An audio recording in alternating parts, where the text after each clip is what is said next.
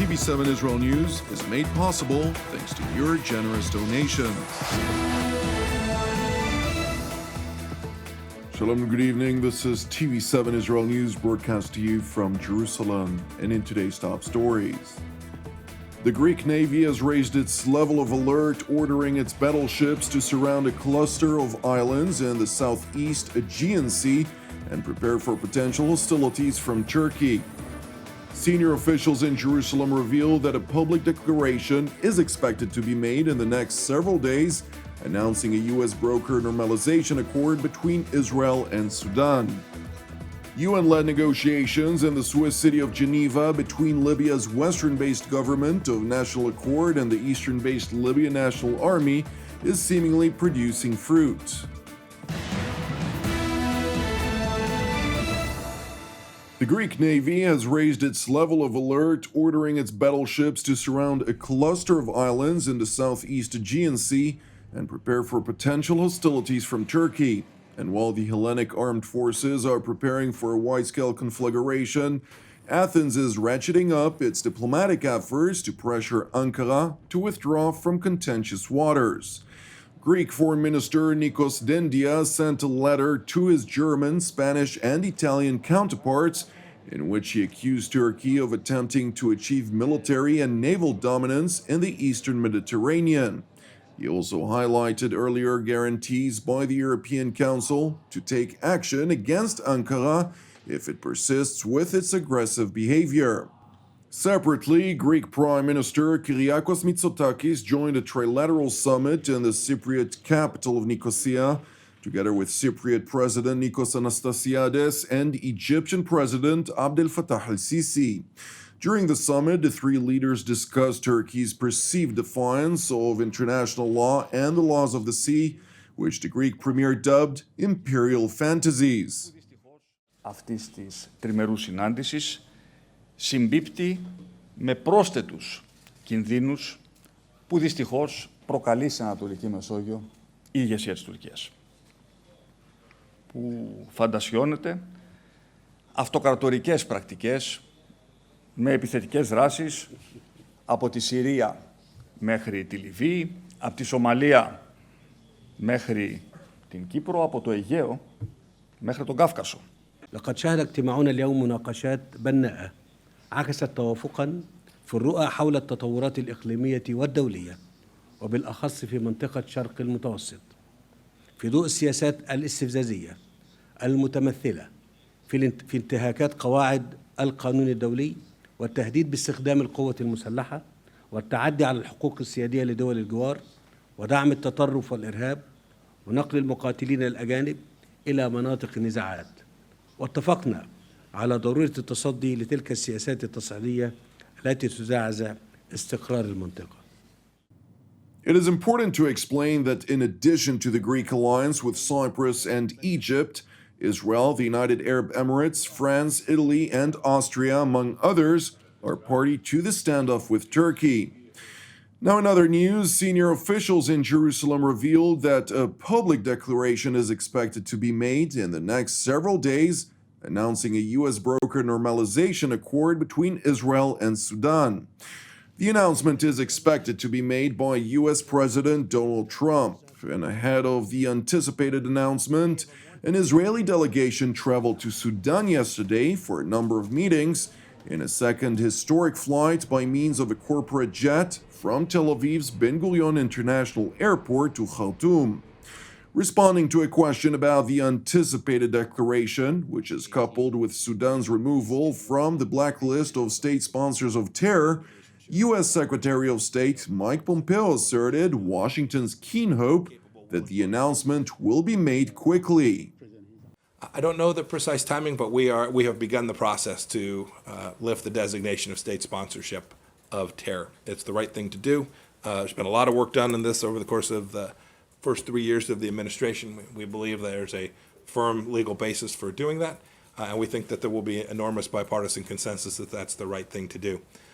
We also are continuing to work to get every nation to recognize Israel, the rightful Jewish homeland, and to acknowledge their basic fundamental right to exist as a country. That certainly includes Sudan.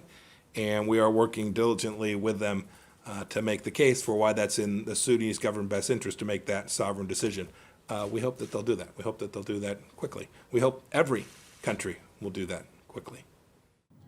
Secretary Pompeo went on to address the latest developments in Libya, where warring sides have seemingly made progress in ongoing talks, which aim to lead to a lasting cessation of hostilities and a reunification of the war-torn country. On Libya, I want to commend the Libyans' reassertion of sovereignty as they take steps towards a lasting ceasefire during UN-facilitated talks in Geneva this week. We repeat our call, the United States' call, for foreign forces to leave the country and let Libyans decide their own future. We look forward to the upcoming Libya Political Dialogue Forum and to supporting the transfer of power to a new executive authority. It is important to note that the UN-led negotiations in the Swiss city of Geneva between Libya's Western-based Government of National Accord and the Eastern-based Libyan National Army produced a commitment to halt any hostilities for the time being, and among others, agreed to open up both land and air routes for civilian purposes. I am pleased to report that the two sides have reached agreement on several important issues which directly impact the lives and welfare of the Libyan people.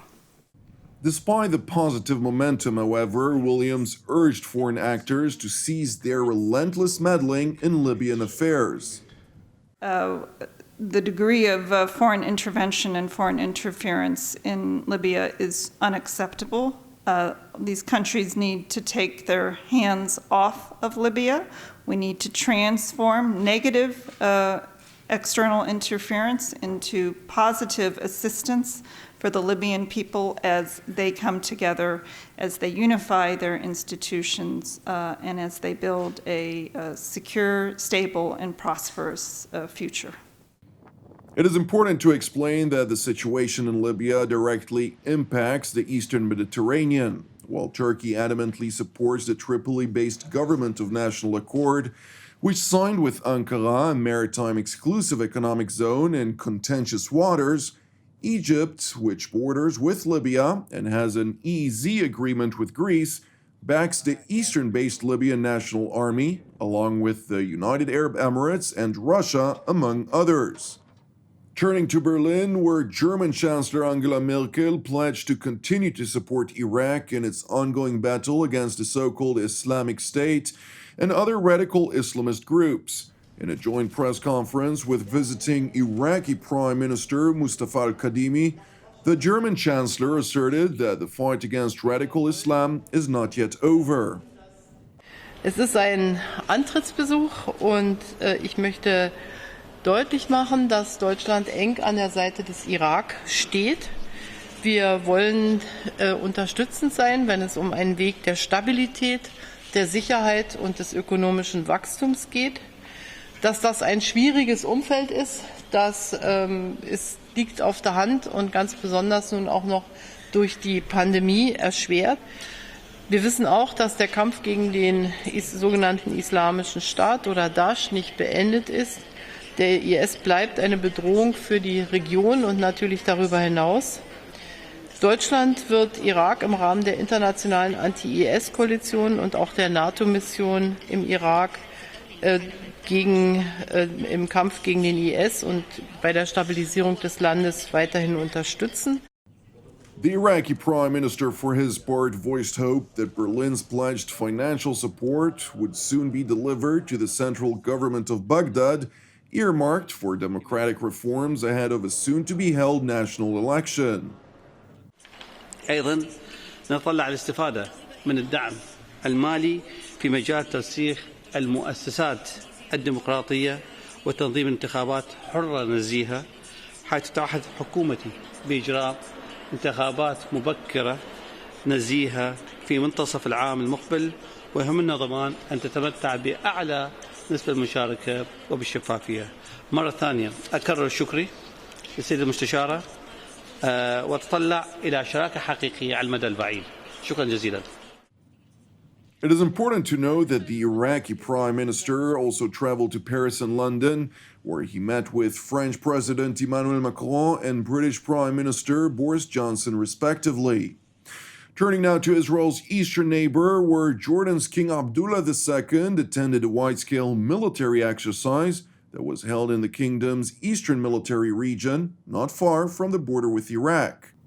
According to a press release by the Royal Hashemite Court, King Abdullah II, who serves as the supreme commander of the Jordanian Arab Armed Forces, was accompanied by his son, Crown Prince Al-Hussein. He oversaw the tactical military drill in what is seen as a projection of power amid an increase of tensions originating from the east. There was no additional information related to the drill, yet it is important to note that King Abdullah, a Middle East ally of many Western powers against Islamist militancy, has been among the most vocal leaders in the region in warning of threats posed by radical Islamic groups.